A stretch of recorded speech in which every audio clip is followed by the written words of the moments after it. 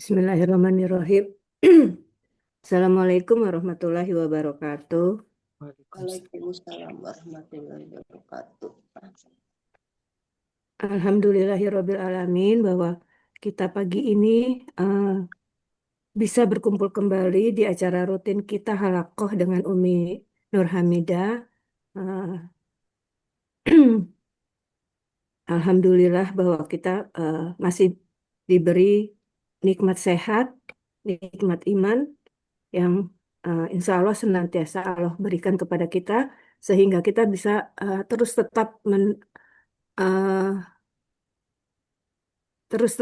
eh, menjalani Iya, kegiatan kita sehari-hari dan terus eh, bisa melaksanakan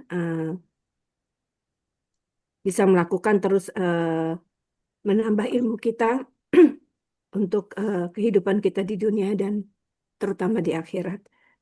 Eh, Hari ini kita membahas tentang tafsir ayat surat Ali Imran ayat 23 sampai berapa, Wi?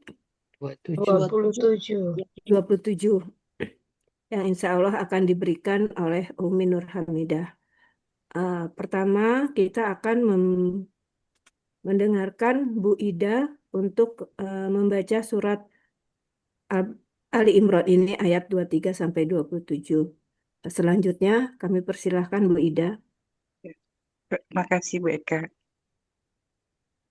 A'udzu billahi minasyaitonir rajim. Bismillahirrahmanirrahim. Alam tara ilal ladzina utu nasiban minal kitabi yud'auna ila kitabillah. يدعون إلى كتاب الله ليحكم بينهم ثم يتولى فريق منهم وهم معرضون ذلك بأنهم قالوا لن تمسنا النار إلا أياما معدودات وغرهم في دينهم ما كانوا يفترون فكيف إذا جمعناهم ليوم لا ريب فيه ووفيت كل نفس ما كسبت وهم لا يظلمون.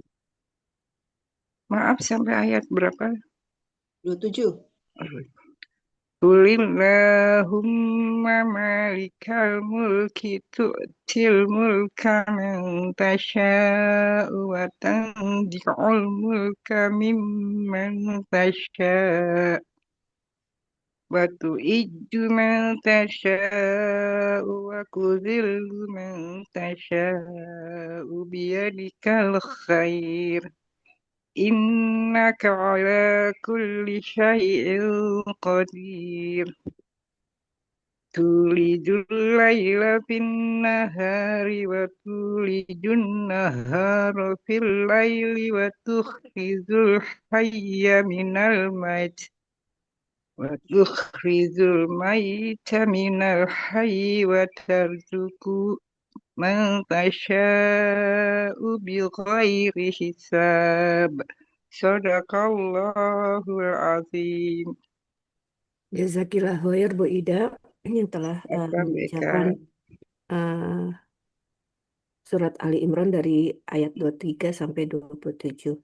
Semoga Bu Ida yang membacakan dan kita yang mendengarkan mendapat syafaatnya kelak.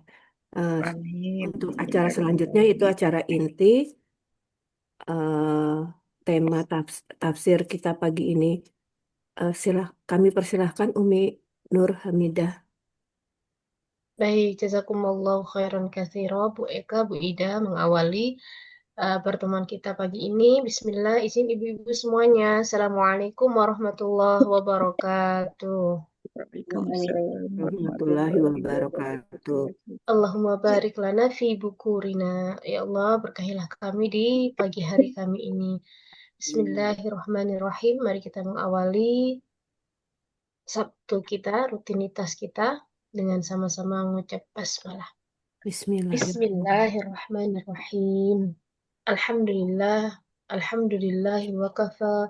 Wassalatu wassalamu ala rasulillahil mustafa sayyidina Muhammadin sallallahu alaihi wasallam.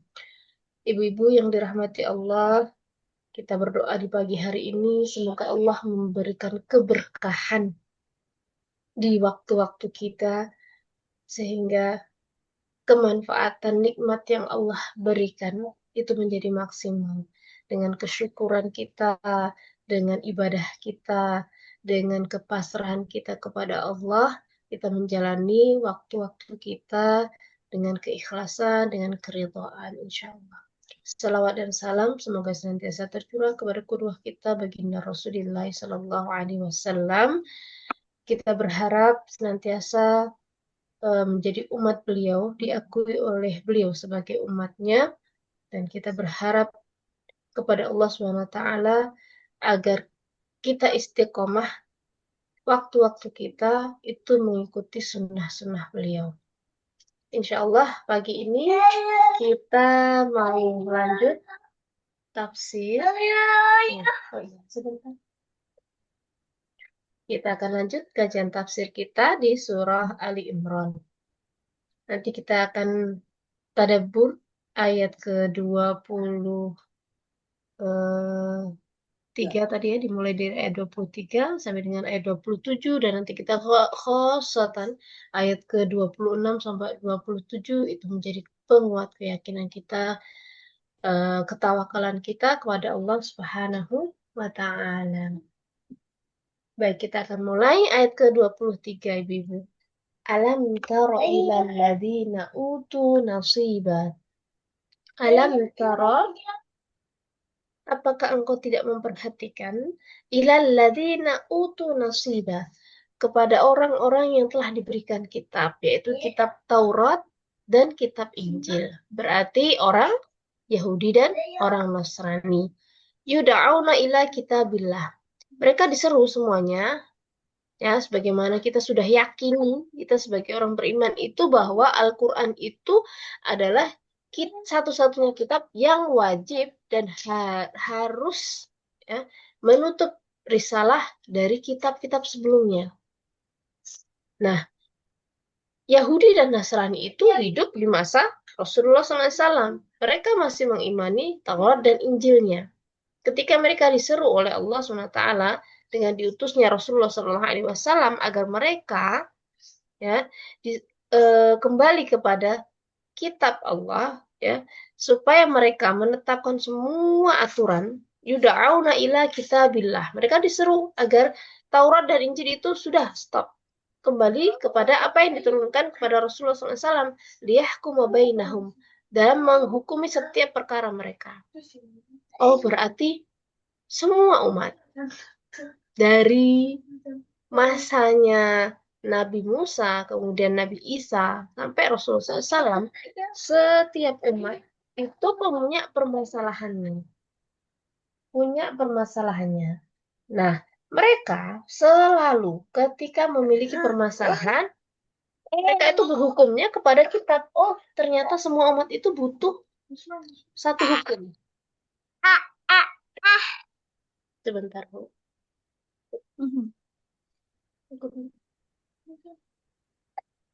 Iya, sebentar.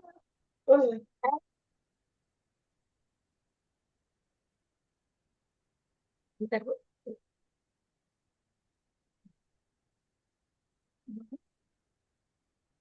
Jadi setiap umat itu senantiasa baiknya mereka adalah ketika mendapati sebuah perkara, itu selalu mereka berhukum, cari hukumnya, cari sumbernya, cari solusinya dari mana. Mereka selalu berhukum kepada satu aturan yang itu menurut mereka itu benar. Yahudi dan Nasrani itu melakukan itu. Kalau orang-orang Yahudi dengan kitab Tauratnya, orang Nasrani dengan Injilnya. Itu benar. Tapi yang salah adalah kita temukan nanti kemarin ya di pembahasan surat Al-Baqarah itu kita temukan ayat Al-Quran itu diturunkan menjelaskan Nabi Musa membawa risalah begini, ya. Itu kan katanya orang Yahudi kan pengikutnya Nabi Musa. Tapi yang dilakukan mereka ternyata apa?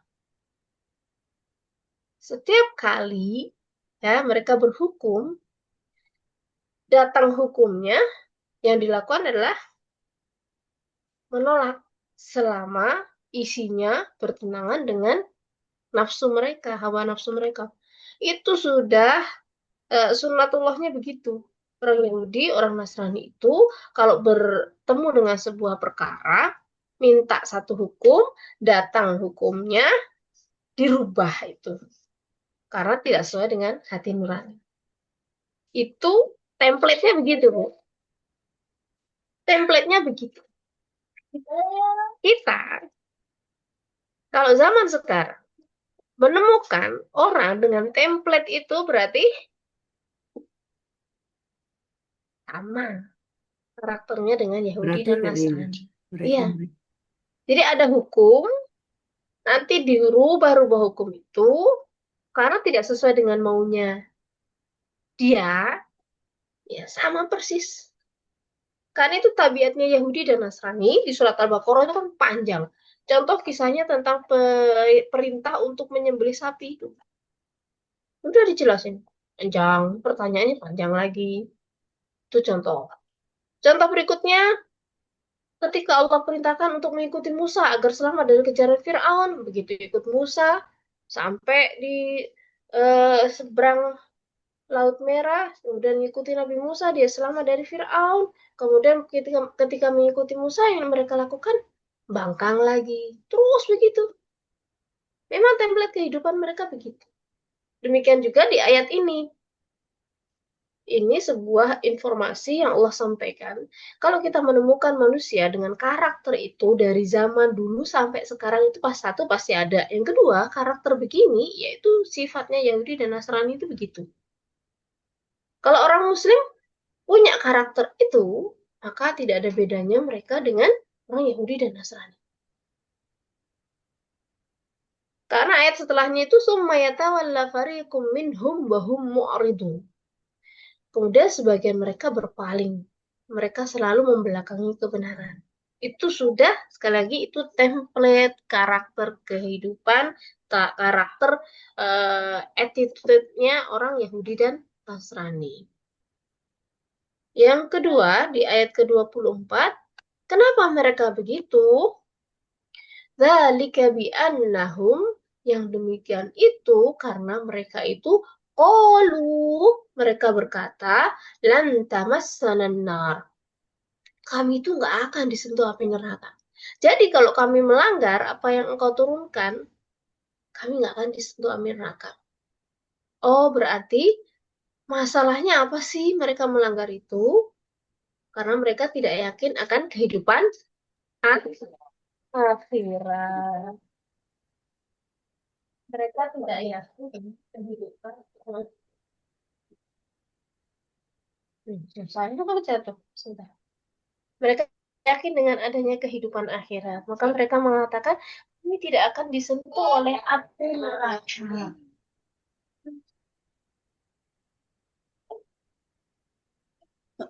Jadi api neraka itu tidak akan mampu menyentuh kami. Illa ayyaman ma'dudat. Kecuali beberapa hari yang dapat dihitung. Bibi tahu hitungan yang disebutkan dalam Al-Quran itu satu hari di kehidupan akhirat itu setara dengan berapa hari di dunia? Berapa ribu gitu ya? Nah, 10.000 atau 1.000 hari. Ya, 1.000 hari di kehidupan dunia. Jadi kalau cuma beberapa hari, yaitu ribuan berarti. Gitu. Itu keimanan kita mengajarkan demikian. Jadi jangan berpikir bahwa disentuh api neraka dalam waktu sekejap itu hitungannya sekejap. Karena hitungan dunia dengan akhirat itu beda. Nah, ini yang difahami oleh orang Yahudi karena mereka tidak beriman kepada kehidupan akhirat. Oh, berarti kalau mereka tidak yakin, tidak beriman dengan kehidupan akhirat, maka sebenarnya kuncinya, kita ambil baiknya adalah, kuncinya adalah keamanan kita atau selamatnya kita itu adalah ketika kita beriman kepada kehidupan akhirat. Semua, sekali lagi, semua yang kita lakukan, ibadah yang kita lakukan, itu tujuannya untuk kehidupan Akhirat. akhirat. Ngapain Bu capek-capek kita ngaji pagi-pagi begini? Ya kan? Ngapain kita sholat? Ngapain kita berbuat baik ini, itu, dan seterusnya? Kenapa kita harus jujur? Kenapa kita harus jujur? Kenapa harus menjaga akhlak begini, begitu, dan seterusnya? Karena kita yakin semuanya itu untuk kehidupan akhirat kita. Nah, itulah yang membedakan orang beriman dengan orang kafir. Kehidupan akhiratnya itu yang mereka tidak perhatikan. Jadi, kalau dalam kehidupan dunia, ada orang hidupnya kacau, hidupnya tidak beraturan, nggak mau nurut aturan, maka sejatinya mereka tidak mengimani kehidupan. Iya. Jadi mereka tidak mengimani kehidupan akhirat. Ya, boleh. Kan sebentar ya. Sebentar. Jadi sekarang kita tilik lagi. Keimanan kita sama kehidupan akhirat itu yang sering naik turun, itulah yang menjadi penyeimbang semua amalan kita. Kita serius beramal itu kalau keimanan kita kepada kehidupan akhirat itu maksimal.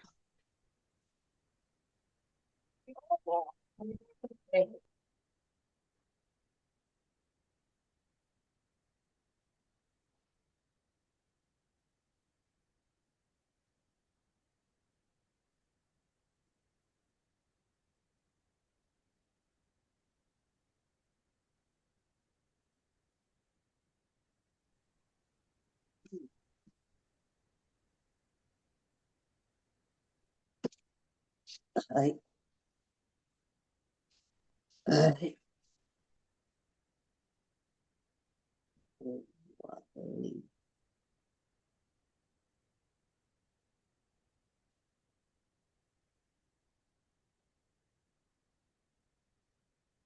Nah, oke, saya lanjut ya Ibu-Ibu. Di ayat 24 sekali lagi, keimanan kepada kehidupan akhirat itu loh yang menentukan bahwa seorang itu mau taat dengan aturan Allah atau tidak. Wa gharrahum fi dinihim ma kanu yaftarun. Mereka terperdaya dengan persangkaan mereka. Jadi mereka mengira bahwa ya udah kehidupan dunia itu saja. Terus ya udah semua maunya manusia itu, keinginannya manusia itu loh yang paling benar. Jadi kalau aturan Tuhan itu, aturan Allah itu, selama tidak sesuai dengan hati nurani kami, hati nurani siapa nih, Yahudi dan Nasrani, maka kami tidak akan mengikuti. Karena kami beranggapan bahwa kami itu manusia pilihan. Ketika kami berargumen, maka argumen kami ini argumen yang benar. Selalu template-nya kehidupan orang Yahudi dan Nasrani itu begitu. Nah, fokusnya ayat adalah Yahudi dan Nasrani. Tapi ayat itu berlaku secara umum. Kalau punya karakter demikian, maka tidak akan ada bedanya. Ngaku dirinya Muslim, tapi kalau modelannya begitu ya sama aja. Kemudian di ayat 25 diterangkan kembali oleh Allah pernyataan atau anggapan mereka bahwa mereka tidak akan disentuh oleh api neraka kecuali sebentar saja. Itu dijelaskan lagi, fakaifa idza jama'nahum. Maka bagaimana jika kami mengumpulkan mereka liyaumin di hari la raiba fihi yang tidak ada keraguan di dalamnya. Wa wufiyat kullu nafsin ma kasabat wa hum la yuzlamun. Dan semua manusia itu disempurnakan semua balasannya atas apa yang diusahakan, sedang mereka itu tidak dianiaya atau dirugikan. Jadi, nah, orang beriman itu mengakui bahwa hari yang tidak ada keraguan di dalamnya itu sesuatu yang pasti. Kapan waktunya? Allah yang tahu. Kemudian setiap yang kita usahakan, ibu-ibu, di ayat ini dijelaskan sempurna. Sempurna yang kita usahakan itu. Sempurnanya maknanya bagaimana? Kalau kita selama ini beramal soleh, maka pasti kebaikan akan kita dapat. Tapi kalau kita beramal buruk, maka keburukan itu tidak akan lengah satu pun. Tidak akan pernah terlewatkan sedikit pun. Maka ayat ini menjadi pengingat bagi kita semuanya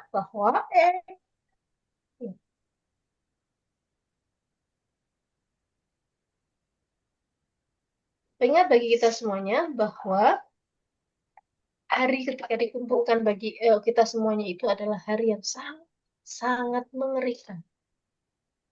Rasulullah SAW ketika turun ayat ini, membaca ayat ini, beliau menangis. Karena begitu mengerikannya kehidupan akhirat itu. Tidak ada yang terlewat sedikit pun. Rasulullah saja menangis, orang yang mendapatkan jaminan. Nah, bagaimana diri kita? Yuk kita introspeksi bahwa setiap miskola dzarrah, sebesar zarrah pun, ya, sebiji atom pun amal kita itu ada hitungannya dan tidak akan pernah ada yang terlewat. Kemudian di ayat ke-26, nah ini Bibi biasa baca ya. Di apa nih? Ibu temukan bacanya Iya, di Mi. Doa itu. doa mak Allahumma surat ya. malikal mulkimu. Doa mak surat ini Masya Allah. Jadi kalau membaca ayat ini, kita akan kuat kembali ketawakalan kita kepada Allah Subhanahu wa Ta'ala. Apa itu tawakal, Bu? Istiqomah. Apa tawakal? Istiqomah bukan ya? Keistiqomahan, terus apa lagi? Ketakwaan. Ya. Tawakal. Berserah diri ya Umi ya. Iya, penyerahan diri yang sepenuhnya kepada Allah. Allah. Bergantungnya kita, berserah dirinya kita, memintanya kita, semua urusan itu kepada Allah Subhanahu wa Ta'ala.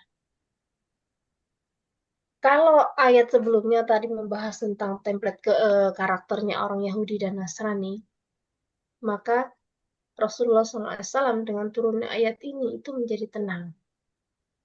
Ada asbabun nuzulnya ayat ini, yaitu ketika itu Rasulullah meminta bahwa kerajaan Romawi dan Persia itu kelak menjadi terwariskan bagi umatnya. Jadi pada masa itu Romawi dan Persia itu kan kerajaan yang paling gitu ya, powernya seluruh dunia pada saat itu. Maka Rasulullah meminta itu agar kelak umat Islam itu mewarisi tahta kepemimpinan bagi seluruh umat manusia. Kemudian Allah turunkan ayat ini. Artinya apa? Kenapa Rasulullah meminta demikian? Karena dakwahnya pada masa itu susah. Mengajak orang untuk masuk Islam itu susah. Maka Rasulullah meminta kepada Allah agar kaum muslimin itu punya kekuatan. Sehingga ketika berdakwah ya punya pengaruh yang luar biasa. Jadi kalau saya membaca asbabun nuzul ayat ini, kalau seorang rasul itu memang kehidupannya yang difikirkan bukan pribadi. Yang difikirkan adalah umat. Jadi skupnya besar. Maka beliau meminta kerajaan Romawi dan Persia itu untuk kaum muslimin. Nah, kalau kita nggak minta kerajaan besar itu. Tapi ayat Al-Quran itu mukjizatnya, ya, kedahsyatannya, kita umatnya Rasulullah itu memikirkannya ya masih seputar pribadi kita, betul kan? Kenyamanan kita. Bersyukur banget kalau sudah memikirkan kehidupan umat itu luar biasa. Tapi sehari-hari itu yang kita pikirkan, kita itu berkutat pada masalah pribadi kita. Nah, ayat ini berarti relate tetap gitu bagi urusan pribadi kita. Kalau Rasulullah SAW itu minta skupnya dunia, Kita minta sekupnya itu hanya rumah.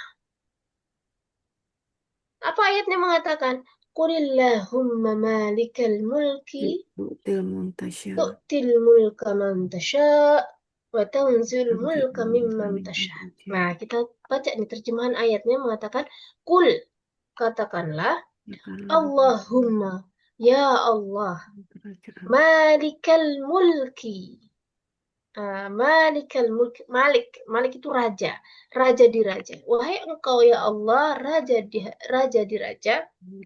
Jadi kalau kita membaca ayat ini, Allah itu sebagai Malik. Maka ada istilah untuk ayat ini namanya ayat mulkan mulki gitu. Jadi eh, puncaknya sebuah pengagungan kepada Allah. Bahwa Allah itu raja. Kita ngebayangin yang punya power dalam kehidupan dunia itu adalah penguasa. Maka kita menyandarkan penguasaannya itu miliknya Allah. Ya. Oh, ini gurita. Kasih Mbak. Ini bawa sana. Ya, kasih Mbak Nela. Nah, jadi yang memiliki kerajaan itu Allah. Yang memiliki semua aturan, yang nanti menentukan kebijakan itu Allah. Kemudian kita berdoa, wahai Allah, Engkau yang memiliki semua kekuasaan, Engkau yang mengatur semua urusan, Engkau yang semuanya milikmu, di tanganmu semuanya itu, tu'til mulka, Engkau memberikan kekuasaan, mantasya, bagi siapa yang Engkau kehendaki. Kalau sekarang kita punya masalah, membaca ayat ini, sekarang lagi masalah saya misalnya apa Bu misalnya? Ketidakadilan. Oke, Ketidakadilan. ketidakadilan kalau dalam skup masyarakat kita. Wahai Allah, Engkau pemilik keadilan. Engkau memberikan keadilanmu itu kepada siapa yang Engkau kehendaki. Jadi lafaz ini ketika kita ucapkan, kita sedang mengakui bahwa pemilik keadilan itu Allah dan Allah memberikan keadilan kepada siapa yang dikehendaki. Sudah, tidak ada tangan manusia yang bisa menguasai keadilan itu. Jadi pemiliknya adalah Allah. Wa tanzi'ul mulka mimman tasha. Dan engkau menjatuhkan kekuasaan itu dan engkau menjatuhkan ketidakadilan itu mimman tasha, kepada siapa yang engkau kehendaki. Nah, kita baca sampai baris ini, maka ketika kita menemukan satu, ada ketidakadilan. Wahai Allah, engkau pemilik keadilan itu. Engkau berikan keadilan itu bagi siapa yang engkau kehendaki. Oh, berarti meyakinkan kita bahwa semua kondisi itu keadilannya adalah milik Allah SWT. Kemudian keadilan itu pun akan dicabut oleh Allah bagi siapa yang dikehendaki. Maksud ayat ini berarti kita tuh punya keyakinan yang luar biasa bahwa semua kondisi adil atau tidak adil di mata kita itu pemilik keadilannya adalah Allah. Jadi meminta keadilannya kepada Allah karena kita berharap Allah memberikan keadilan itu sesuai dengan maunya kita. Kita berharap demikian karena Dia adalah pemilik keadilan itu. Kemudian ayat berikutnya wa tu'izzu man tasha. Dan engkau wahai Allah memuliakan. Engkau itu menempatkan seseorang ada di level tertingginya. Wa tudhillu man tasha. Dan engkau pun bisa saja menjatuhkan siapapun yang sekarang ada di posisi tertinggi kepada posisi paling rendah. Jadi ini sekali lagi keyakinan, ketawakalan kita dalam kondisi yang bagi pribadi kita, ketika kita meyakini bahwa, oh kondisi kita saat ini banyak ketidakadilan. Maka kita menyandarkan, meminta kepada Allah, pemilik keadilan itu, agar letak keadilan itu benar-benar sebagaimana kita memahami syariatnya Allah. Biyadikal khair. Nah, ini kita menguatkan lagi bahwa biyadikal khair. Bi itu artinya dengan, yad tangan. Khair biyadika di tanganmu lah, gitu. Di tanganmu lah al khair, segala bentuk kebaikan. Kalau kita mentadaburi ayat ini untuk sekup pribadi kita, kalau tadi Bu Ud sampaikan contohnya ketidakadilan, itu lebih kepada sekup masyarakat ya, sekup masyarakat, sekup negara yang sudah besar.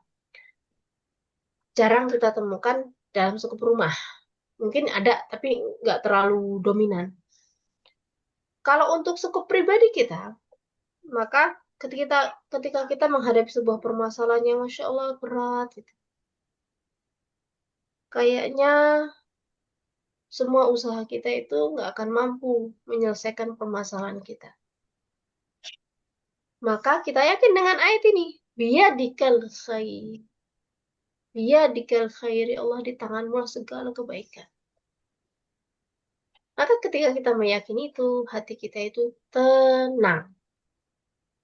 Hati kita itu tenang, kepasrahan, bukan pasrah yang tanpa ilmu, tapi kepasrahan kepada pemilik zat yang mengatur semuanya. Contoh, kalau mendidik anak, ngajarin cucu, udah kita arahin, coba kita arahin dengan benar. Tapi susahnya, Masya Allah. Dia dikil khair. Ya Allah, di tanganmu semua urusannya. Nah, itu kan kepasrahan. Kemudian di kondisi ekonomi yang begini, gitu. Kalau orang beriman nggak boleh putus asa. Karena banyak ayat menguatkan. Salah satunya ayat ini. Dia dikil khair. Ya Allah, gimana ya? Sekarang gitu kan ya? Gimana ya, ya Allah? Ini gimana? Gimananya itu kita nggak bisa jawab. Karena otak kita nggak nyampe. Ikhtiar kita nggak akan bisa menjawab itu dan tidak menemukan jawabannya. Maka kita pasrahkan dengan kalimat ini. Biyadikal khair, ya Allah, di tanganmu segala urusannya. Jadi zikir ini saya biasakan, memang karena kita itu selalu bertanya-tanya. Ya Allah, ini gimana ya Allah? Kita nggak pusing kalau ngadepin sebuah masalah. Ya Allah, ini gimana ya? Udah nggak tahu lagi deh. Nah, biasanya kita menunggu masa itu. Menunggu masa di mana kita mengatakan, ya Allah, ini gimana ya? Ini masalahku gimana ya Allah? Maka sebelum sampai kepada ungkapan itu, maka kita kuatkan keyakinannya yang ada di hati kita. Biyadikal khair. Di tanganmu segala kekuasaan. Apapun permasalahan kita ya. Apapun masalah kita, berat gitu. Nggak terselesaikan. Mustahil gitu. Nggak ada jalan keluarnya. Maka kita yakin dengan ayat ini. Dan kita dawamkan. Kita rutinkan baca ayat ini sebagai penguat ketawakalan kita, kepasrahan kita kepada Allah SWT. Karena dialah yang menguasai semuanya. Ibu pernah baca misalnya, atau pernah dengar gitu, seorang ulama atau seorang apa ya, orang yang soleh gitu. Kalau berkata, kalau berbuat, itu kayaknya udah kayak malaikat. Ya, wali Allah itu begitu. Karena wali Allah itu meyakini setiap ayat. Kita nggak bisa jadi wali Allah karena sulit.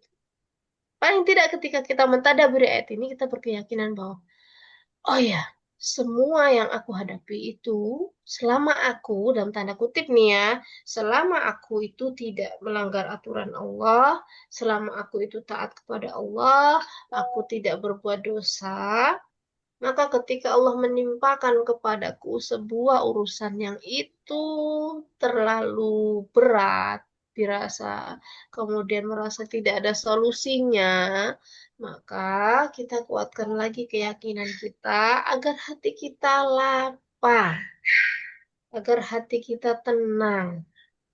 Ya malikal mulki tu'til mulka man tasha wa tanzi'ul mulka mimman tasha wa tu'izzu man tasha wa tudhillu man tasha biyadikal khair innaka ala kulli syai'in qadir. Nah, ayatnya diakhiri dengan ungkapan innaka sesungguhnya engkau wahai Allah ala kulli syai'in qadir. Atas segala sesuatu itu maha berkuasa. Jadi ayat bahasa Arab itu Bu, innaka sesungguhnya engkau wahai Allah. Kan kalau diterjemahin ke bahasa Indonesia itu sesungguhnya engkau itu maha berkuasa kan, maha kuasa kan. Sesungguhnya engkau. Innaka itu artinya ini Bu. Sesungguhnya engkau. Maha kuasa kan? Maha kuasa itu artinya Qadir. Qadir itu ya, Asmaul Husna Al-Qadir itu artinya maha kuasa. Ala kulli syai itu atas segala sesuatu. Nah, ini kalau kita ngerti bahasa Arab itu rasanya beda dan maknanya sebenarnya beda. Kalau di terjemahan Ibu lihat urutannya nggak begitu. Innaka harusnya ya, innaka qadirun. Innaka sesungguhnya engkau qadirun maha kuasa ala kulli syai atas segala sesuatu. Itu kalau ditulis terjemahan Indonesia itu harusnya urutannya begitu. Innaka qadirun ala kulli syai. Tapi dalam ayat Al-Qur'an tidak kita temukan dari semua ayat mulai dari Al-Fatihah sampai An-Nas itu satu Al-Qur'an tidak akan kita temukan urutan begitu. Innaka qadirun ala kulli syai. Tapi innaka ala kulli syai'in Qadir. qadir. Bedanya di mana? Qadir. Secara terjemah sama. Nah, ada rahasianya dalam bahasa Arab itu ketika nih, ini kan yang dituju ya, objeknya. Innaka, sesungguhnya engkau. Sesungguhnya engkau. Qadir itu kalau diletakkan di belakang begini, itu maknanya sebagai penguat, kemudian sebagai apa namanya, penekanan yang luar biasa, Iya. ungkapan penekanan yang luar biasa. Ya Allah, Engkau maha kuasa. Ya Allah, Engkau maha segala-galanya. Jadi sifat Allah itu diletakkan di belakang urutan kalimat itu sebagai takkid. Takkid itu penguat. Ya, itu bedanya dengan tadi urutan dalam bahasa Indonesia. Maknanya berarti bisa kita pahami bahwa kalimat biyadikal khair, di tanganmu lah segala sesuatu itu karena engkau maha segala-galanya ya Allah. Itu. Jadi sekali lagi tadabbur kita di ayat ke-26 ini menjadi penguat ketawakalan kita, kemudian menjadi peringan rasa. Kalau pekan lalu yang jadi masalah itu yang sering kita ulik adalah rasa, yaitu hati, maka ayat ini menjadi penguatnya. Menjadi penguat bahwa setiap yang kita rasakan atas kondisi masing-masing kita, entah itu kita punya masalah ekonomi, entah masalah kesehatan, atau masalah apalagi Bu, kekerabatan gitu, ya, persaudaraan gitu. Kemudian masalah apa lagi? Ya banyak lah permasalahan. Apa Bu? Nah, masing-masing kita kan punya masalahnya Bu ya. Kan nggak ada manusia yang baik-baik saja kan? Karena setiap kita itu diuji dengan kapasitas kita masing-masing. Maka ayat ini menjadi tadi pelapang hati kita, pelapang dada kita, sehingga kita itu jadi orang, jadi muslim itu senantiasa menjalani kehidupan itu dengan nyaman. Coba bayangin saya lagi, kalau orang yang tidak berilmu, dia diterpa sebuah permasalahan, yang Bunuh, dia lakukan apa? bunuh diri. Nah, Stres. stres kan? Capek kan, Bu? Capek, stres, dan seterusnya. Maka ayat Al-Quran itu kita tadaburi agar kita terhindar dari sifat itu. Saya sedih semalam tuh buka IG. Ibu udah masuk ke IG Ibu atau belum tuh? Ada tukang ojol, dia ngeluh kan ya. Karena tidak ada orderan. Oh iya iya. Benar. Karena bulan bulan Juni, Juli itu kan anak sekolah banyak libur ya. Iya. Yang orderannya berkurang pasti. Kemudian banyak lah intinya yang dia ngeluh gitu kan. Dia sampai saya nonton itu sedih ya Allah. Emang berat ya kehidupan ini. Kita mungkin nggak bisa bantu. Tapi ketika orang itu punya ilmunya, paling tidak itu menguatkan jiwanya. Kita pun kalau misalnya bisnis ya, bisa jadi bisnisnya nggak selancar dulu, gitu. Mm-mm. Masing-masing kita ada tantangannya di situ dengan kondisi kehidupan masyarakat kita sekarang seperti ini, masing-masing punya tantangannya. Tapi orang yang beriman itu punya pegangan. Orang beriman itu dikasih panduan sama Allah. Nah, sekali lagi, ini panduannya kita, pegangannya kita. Setiap kita harus begitu. Namun, tidak boleh dipakai oleh penguasa. Ini yang nggak boleh salah memahami, nggak boleh salah menerapkan. Penguasa harus punya Terus sih. patokannya bukan ini. Karena tugasnya adalah menjadi pengayom umat gitu. Yang difikirkan dan jangan berpikir bahwa ya kan kamu muslim. Tahu dong kalau kondisi gini udah tawakal aja. Salah. Kalau setiap kita pasti mengatakan kita harus bertawakal dengan kondisi ekonomi sekarang, kondisi apa namanya keadilan yang demikian gitu ya. Banyak kezaliman dan seterusnya. Nggak ada keadilan. Iya, itu kita tawakal untuk diri kita, kita tawakal, kita yakin Allah itu akan kasih solusi. Tapi kalau untuk pemimpin, untuk yang memiliki kekuasaan, dalilnya bukan ini. Iya, kalau pakai ini nggak bekerja. Lawas Kandungan alam. dia, iya Iya, nggak bisa, betul. nggak bekerja, nggak bikin Iya nggak maksudnya apa kita namanya disuruh eh, perut kita solusi disuruh apa sih namanya tawakal gitu kan intinya ya kebijakan-kebijakan kan dia nggak akan kesian tuh. bikin.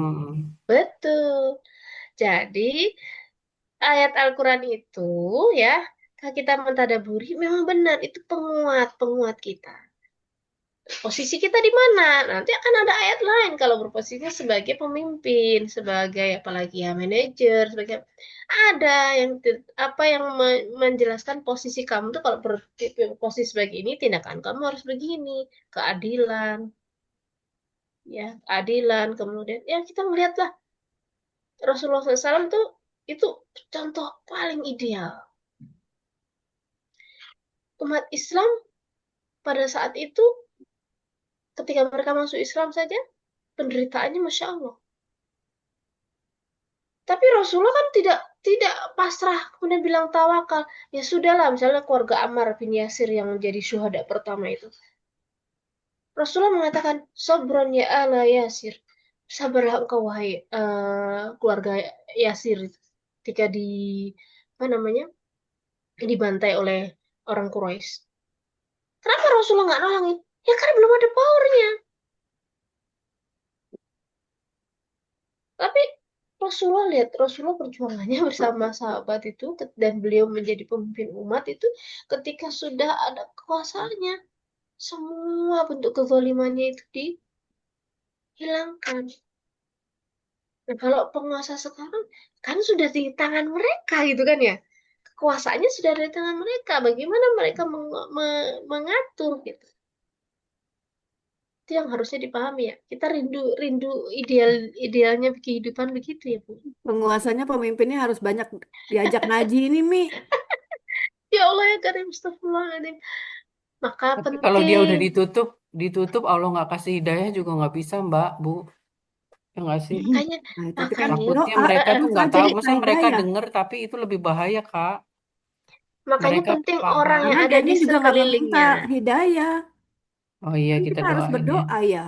Mm-mm. Iya, Dan kita Allah kan berdoa. doa kita minta hidayah ya, Mi ya. Iya, Betul. Yang minta paling suka kita hidayah. minta Nah, kita hidayah. kan berharap ya, harapan itu terus ada dong. Kita sebagai seorang muslim Ya, itu kan nggak diajarin putus asa ya, Bu ya. Kita berdoa, terus berdoa. senjata. Pentingnya kita berdoa itu karena kita mengharapkan tadi kalimat di ayat ini, Engkau memberikan kekuasaan kepada siapa yang Engkau kehendaki, wahai Allah. Hmm. Dan Engkau cabut kekuasaan itu dari siapa yang Engkau kehendaki. Iya. Nah, ketika kita mengungkapkan kalimat ini, mengungkapkan doa ini, kan kita berkeyakinan bahwa, ya Allah, Engkau tahu kekuasaan itu di Dia, Hmm. itu sampai kapan ya Allah. Maka di sini kita diajarkan untuk tidak main tangan, Bu. Tangan kita tuh nggak usah apa namanya dikotori, nggak usah dikotori dalam artian, oh aku bunuh dia, enggak. Tapi kita meminta kepada pemilik yang pemberi kekuasaan itu agar mencabutnya Iya, Mi. di kekuasaannya Allah. Oh berarti demo nggak boleh? Boleh demo, itu bagian dari show off-nya rasa. Karena kemungkaran itu memang kata Rasulullah kalau bisa dicegah dengan tangan ya tangannya maju. Kalau dengan mulut ya mulutnya berbicara kan begitu. Hmm.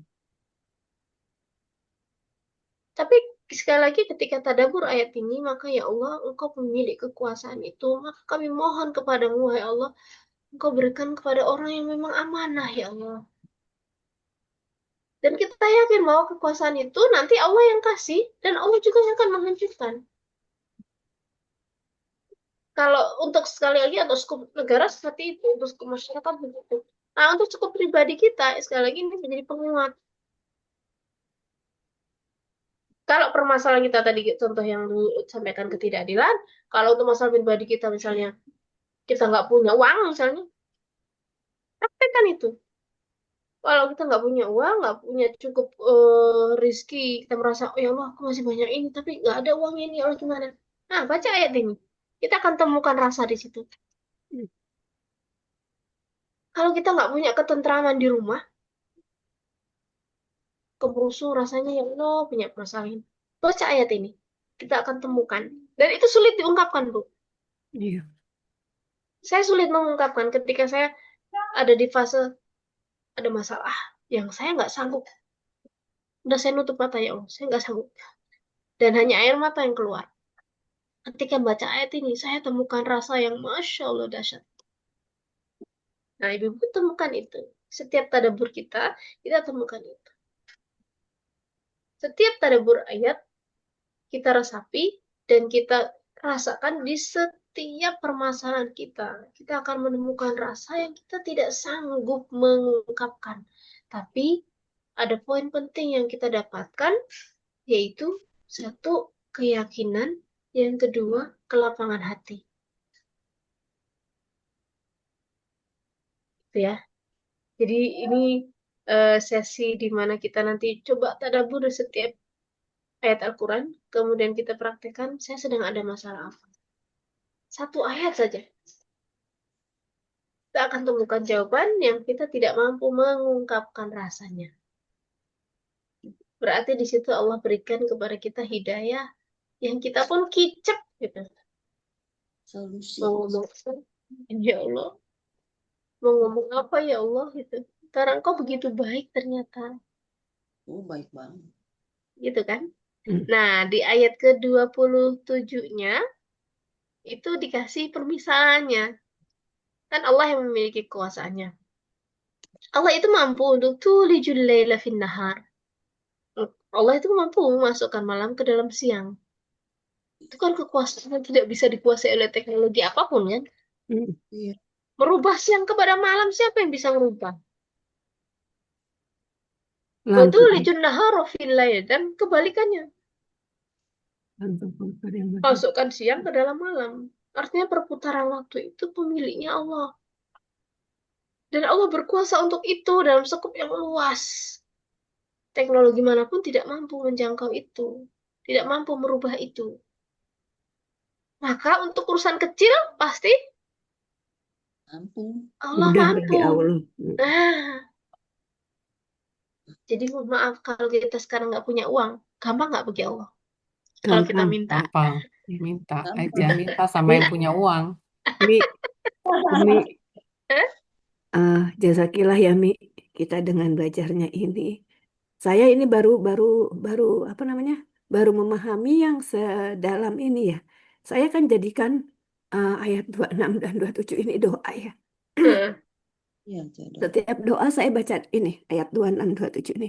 Tapi sampai sampai tadi pagi pun saya masih eh, apa ya relate-nya gitu antara ayat 26 dan 27. Alhamdulillah ternyata pagi ini kita sampai ke materi ini dan saya jadi semakin yakin bahwa eh, insya Allah saya nggak salah membacakan di setiap doa saya ayat-ayat ini.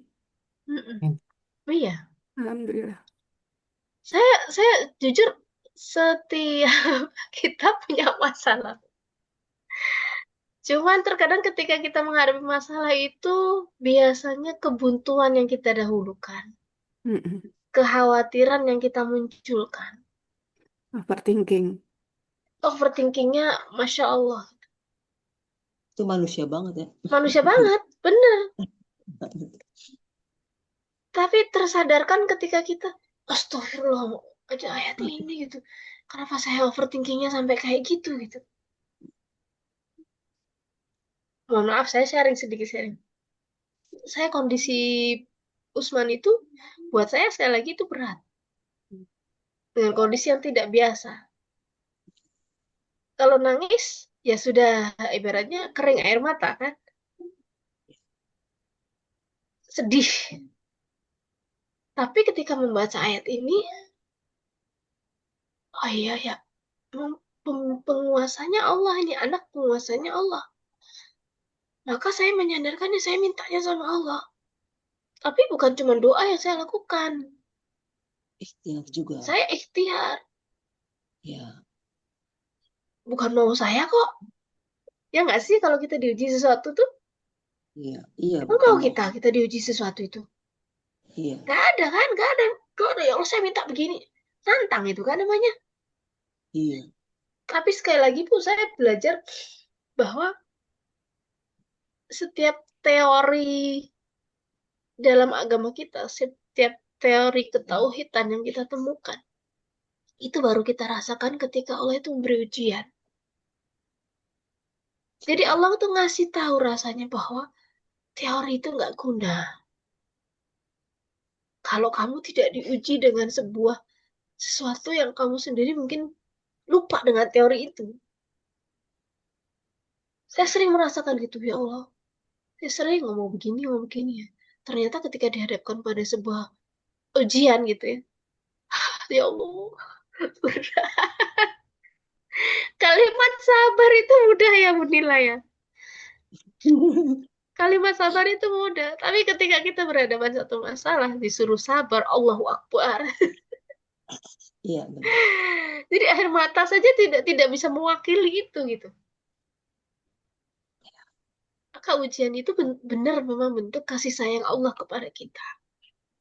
Wajar manusiawi kita mengeluh, kita merasa overthinking, kita macam-macam. Itu wajar. Tapi sekali lagi dengan itu kita itu ternyata diuji sama beneran diuji gitu. Ya, menjadi penguat. Penguat. Kalau nggak kayak gitu hidup tuh lempeng aja tuh nggak ada rasa, Bu. Contoh lagi nih misalnya sholat gitu. Sholat itu kan sudah rutinitas kita. Tapi bagaimana kita mengerjakan sholat ketika kita diuji sama Allah dengan kita sulit untuk berdiri? Kita diuji oleh Allah sulit untuk nyentuh air saja. Iya, demam, angin. Ya kan? Harus pakai tayamum. harus ini, harus itu. Di situ kita merasakan bahwa kekuasaan Allah itu atas diri kita itu, ya Allah, nikmatmu banyak ya Allah. Iya, keyakinan semakin Ya teguh. kan? Nikmatmu banyak ya Allah. Jadi ujian itu memang menguatkan. Ujian Iya, itu membuktikan. bahwa Allah itu Ya ada. sama kayak logikanya ya kayak kita sekolah ya Bu ya. Dikasih ilmu banyak sama dosen, tapi nggak dites sama soal, ya Bagus. nggak teruji kan gitu. Iya, Memang begitu sunatullah kehidupan kita. Makanya dengan banyaknya ujian itu, ya entah satu entah dua, itu memang kita tinggal mensikapinya bagaimana. Ilmu itu menjadi penguat. Jadi keyakinan kita pada Allah itu terkuatkan dengan ujian itu. Gitu. Jadi ujian itu menguatkan. Gitu. Ya. Nah, sekali lagi nih di ayat 7, yuk kita tadaburin. Allah itu kuasa banget gitu ya buat ngerubah siang ke malam, malam ke siang. Kemudian wa tukhrijul hayya minal mayyit wa tukhrijul mayyita minal hayy. Engkau mengeluarkan yang hidup dari yang mati. Apa yang hidup dari yang mati? Contohnya, Hidup dari mengeluarkan yang hidup dari yang mati. itu nih nanti dibangkitkan kembali itu kan? Ya, itu khrijul hayya minal mayyit. Engkau mengeluarkan yang hidup dari yang mati. Kita mati, dibangkitkan lagi. Kan gitu. iya. Kalau itu nanti, akhirat kita kan, setelah kehidupan, setelah kematian. Kalau sekarang, Ya, sakit sembuh. sakit, sembuh. Iya, Nah, Siang dan malam itu loh. iya. Ibu makan telur. Nah, telur itu benda oh mati, benda hidup. hidup. Udah hidup Telur. tadinya. Hidup ya calon ayam. Telur ayam itu benda mati apa benda hidup? Ayam mah Iya, benda hidup. aslinya Telurnya. Telurnya benda aslinya mati yang hidup. hidup. Tapi kita ambil manusia jahat. Telur itu kan benda mati kan? Tapi bisa jadi hidup ya Bisa dengan jadi akan hidup jadi kan? ayam. Iya, Ya. pemisalan ulama tafsir tuh kayak gitu. Coba bayangin tuh, kalau debat antara telur sama ayam mana yang duluan, Oh Yes. iya. nggak ada hentinya ya. Nama ayatnya kita tadaburi, atau khrijul hayya minal mait. Engkau menghidupkan sesuatu dari matinya. Berarti Biji, sama juga dengan sperma dan sel telur ya, Mei. Itu iya. hidup apa mati tuh? Bayem dari apa? Biji. Biji itu mati, benda mati, benda hidup. Mati. Iya, Baik. namun Allah berkehendak untuk merubah itu. Ya menjadi hidup. Ya, waktu khrijul mayyita minal hayy, dan engkau mengeluarkan yang mati dari yang hidup. Kebalikannya. Maka kekuasaan Allah itu, ya Allah, kok saya itu ngeluh ya dengan banyaknya masalah saya. Oh, oke, berarti sekarang saya kembalikan kepadamu ya Allah. Semua urusan milikmu. Engkau penguasanya engkau. Ya. Kemudian, wa tarzuqu man tasya bighairi hisab. Dan engkau memberikan rizki kepada siapa yang engkau kehendaki tanpa hisab. Coba bayangin kalau baca ayat ini pas kita nggak punya uang. Yang ketonjok apanya kita, Bu? Dan engkau Ego. langsung rasanya kita kan ya. Dan Iya. engkau memberikan rizki kepada siapa Iya. yang engkau kehendaki tanpa hisab.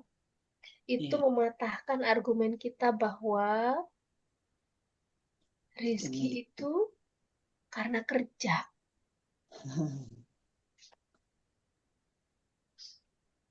Masih ingat debatnya Imam Syafi'i sama Imam Ahmad kalau nggak salah?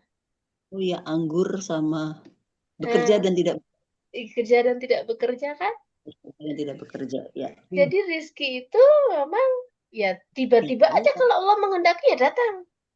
Iya. Tapi ada rizki yang memang harus diusahakan. Iya. Dan Iya. kita dua-duanya nggak tahu. Iya, Iya. Ayo kan tetap cuma harus orang usaha. usaha gitu kan ya. Ini nggak ada yang tahu, kita usaha Jadi kita aja. kalau sekarang kita bilang jarur langit. Nah, betul istilahnya. Istilahnya Istilah jalur sekarang, langitnya. jarur langit. sebenarnya kita tuh orang Muslim itu jalur langit terus ya. Iya. Iya. Iya, iya, Jalur iya, langit betul. terus, cuman terkadang mohon maaf kita itu lupa jalur langitnya ini lagi lempeng apa lagi letoy. Benar, benar, benar, benar. Kalau lagi lempeng itu biasanya kalau kita berhadapan dengan masalah itu lagi kenceng banget tuh jalur langit. Iya, benar, benar, benar. Jadi kalau selama ini kita mungkin banyak ada masalah, kemudian kita banyak berdoa kepada Allah, tapi nggak dikabul-kabulin, terus kita minta terus nggak selesai-selesai itu doa malamnya, maka disitulah rahmat Allah diberikan kepada kita. Ternyata banyak kebaikan kan, kita bisa bangun malam, kita mengeluh, ngadu sama Allah, nangis-nangis gitu. Ternyata kebaikannya banyak di situ. Tapi Bisa kita jadi awalnya kalau nggak sadar. sekali minta langsung dikabulin, besok nggak sholat malam. Iya, benar.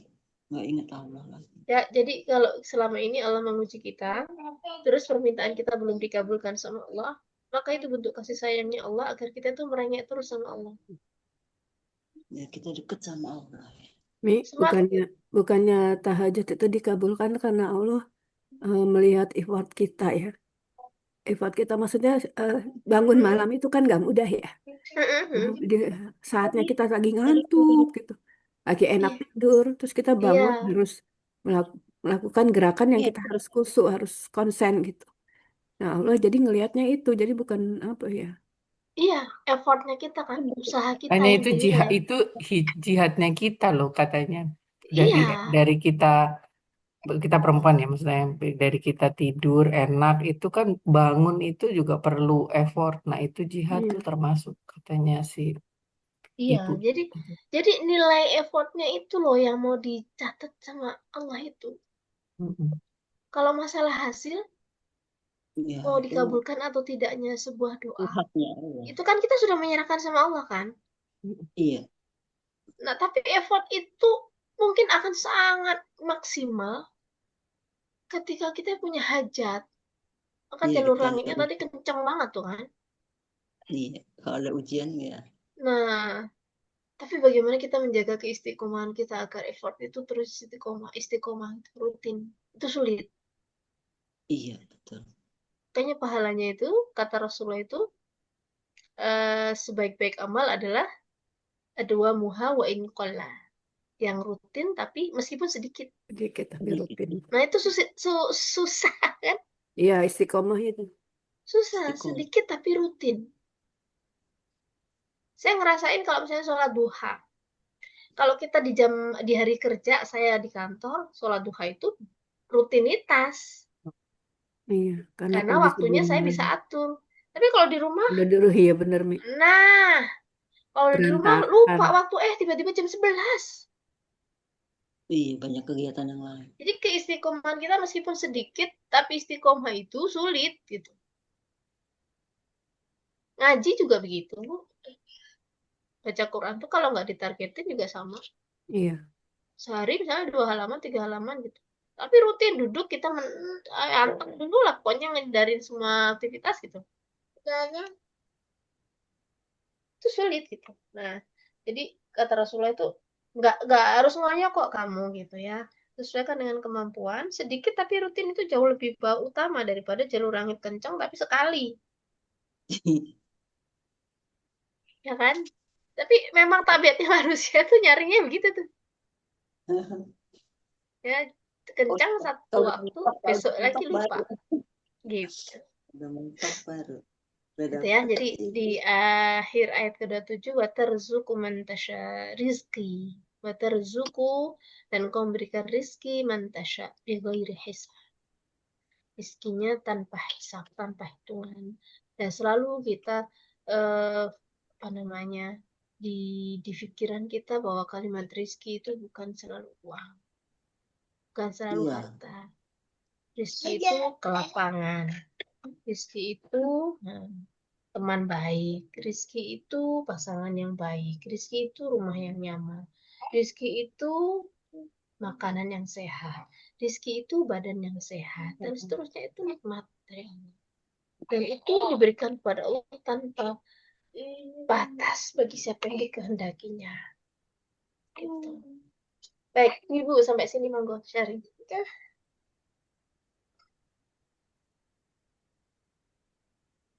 Nah, monggo. Tadi tadabbur kita dari ayat ke-23 sampai ke 27. Monggo sharing, eh cantumin tanpa nanti edit, nggak apa. Tapi kalau mau diputus tanpa pembahasan di apa namanya dicantumkan di situ nggak masalah. Kesepakatan aja ibu-ibu yang lain mau di record apa enggak. Kalau saya saran saya sih nggak usah ya, karena Iya. Nggak usah. eh, pokok yang di apa namanya diupload itu pokok materinya aja nggak apa-apa. Gitu. Tapi kadang kita belajar dari itu ya, dari Kenapa? kasus. Kadang kita Setiap belajarnya masalah justru dari kasus. belajar. Oh iya, oh gitu. Nah itu monggo Nah, itu gini apa aja namanya? direkam kalau yang nggak ini apa namanya yang nggak terlalu melebar masalahnya. Itu pendapatnya yang lain. Monggo saya ngikut aja. Ada yang mau di-sharing dulu nggak nih permasalahannya?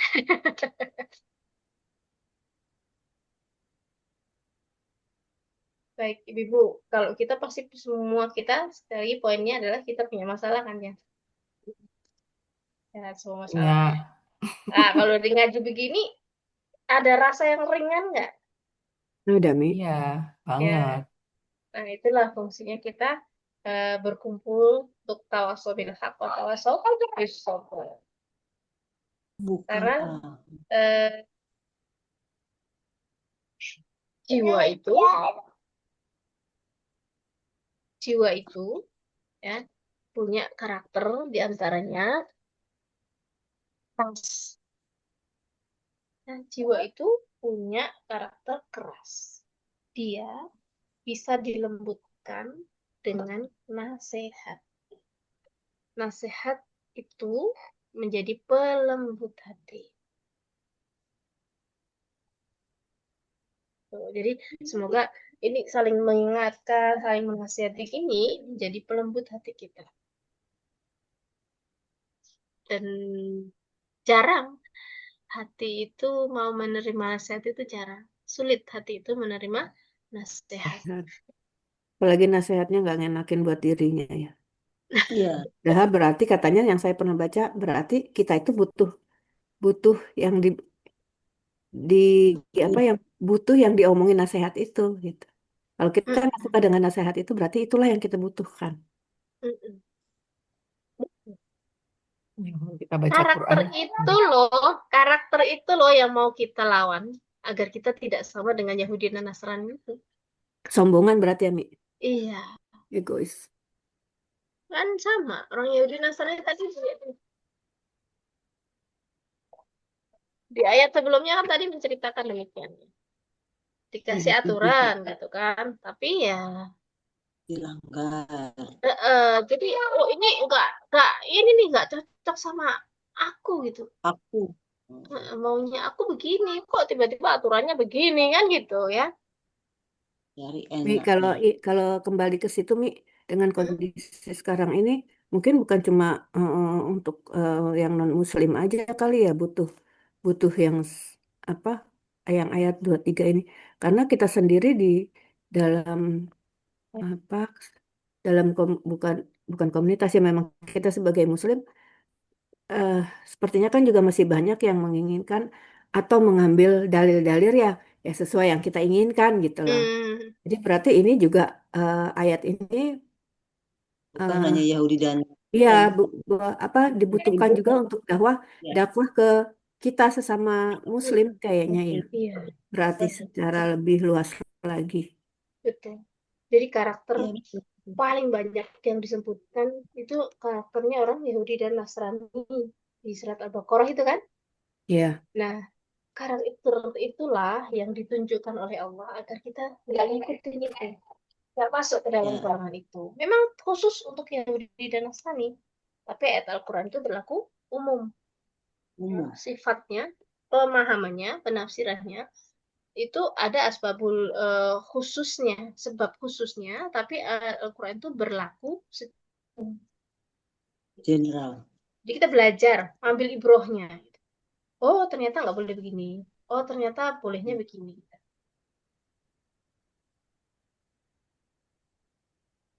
Oke, Ibu. Iya, jam 7. Lanjut? Atau udah cukup? Jam 7. Kok Oke, kita cukupkan ya. Insya Allah pagi hari ini tadabbur kita sekali lagi menguatkan setiap kita. Tadi khususan ayat ke 26, 27.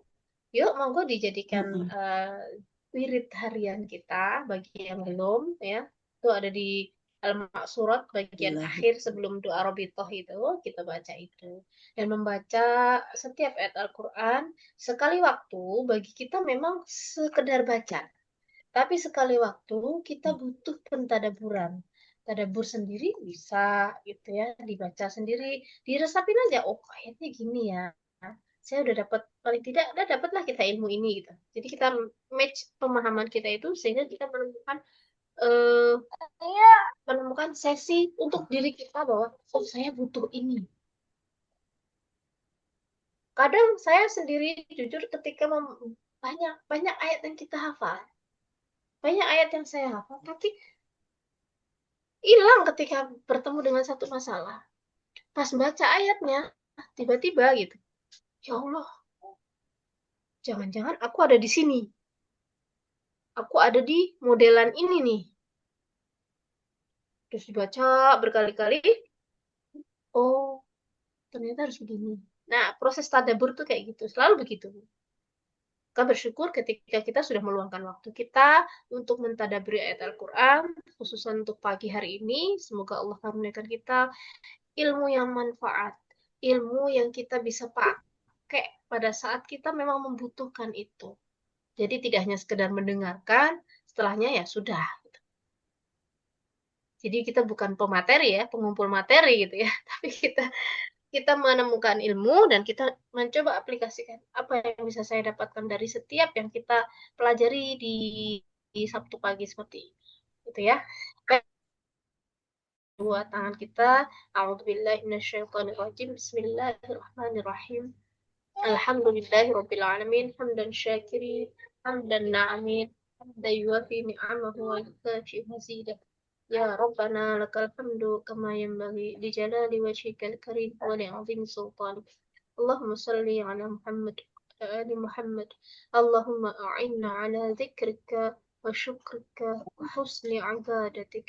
Allahumma آتِ أنفسنا تقواها وزكها وأنت خير من زكاها أنت وليها ومولاها.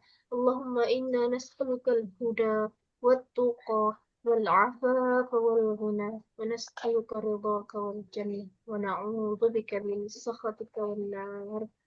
ربنا عليك توكلنا وإليك أنبنا وإليك المصير. ربنا آتنا من لدنك رحمة وهيئ لنا من أمرنا رشدا. ربنا آتنا في الدنيا حسنة وفي الآخرة حسنة وقنا عذاب النار. وصلى الله على نبينا محمد وعلى آله وصحبه وبارك وسلم. سبحان ربك رب العزة عما يصفون وسلام على المرسلين والحمد لله رب العالمين. الحمد لله. Tadi di ungkapan doa yang saya bacakan ada Allahumma inna nas'alukal huda. Ya Allah, minta kepadamu petunjuk, wat-tuqa. Oh, melek. melek ya? Nah, jadi kita minta kepada Allah hal itu agar kita senantiasa fokus permintaan kita kepada Allah itu yang pertama adalah hidayah dari Allah, kemudian ketakwaan. Jadi setiap kita meminta, usahakan kita tidak meminta langsung yang kita mau. Tapi kita meminta, ya Allah, saya minta petunjuk dan ketakwaan. Dan ketakwaan ini yang paling harus kita dahulukan. Jadi kalau kita melihat masalah itu, yang paling utama kita minta adalah takwa. Jadi bukan solusinya, tapi kita minta takwa. Nah, karena apa? Nanti silakan tadabbur lagi. Polanya. Takwa itu bisa apa-apa dan seterusnya. Gitu ya. Baik, saya cukupkan pertemuan pagi ini. Semoga Allah ridho atas ikhtiar kita masing-masing. Saya kembalikan kepada MC, monggo. Iya. MC Jazakallah. dan Ya. tadi tuker ya, sama tadi Bu Budi punten belum masuk ke listnya. Oke, monggo Bu Eka. Jazakallah Umi atas ilmu yang telah diberikannya kepada kami. Semoga kita dapat mengambil ibrohnya dan menjadikan kita semakin takwa pada Allah Subhanahu wa Ta'ala, dan kita bisa menjalankan kehidupan ini dengan uh, tawakal yang lebih tinggi lagi, uh, sehingga kita tidak kehilangan akidah kita ya, Mi, uh, atas segala sesuatu yang terjadi dalam kehidupan ini. Itu saja, kita tutup dan akhiri kajian kita pagi ini dengan membaca istighfar, hamdalah, dan kafaratur majelis. Astagfirullahaladzim. Alhamdulillahirrahmanirrahim.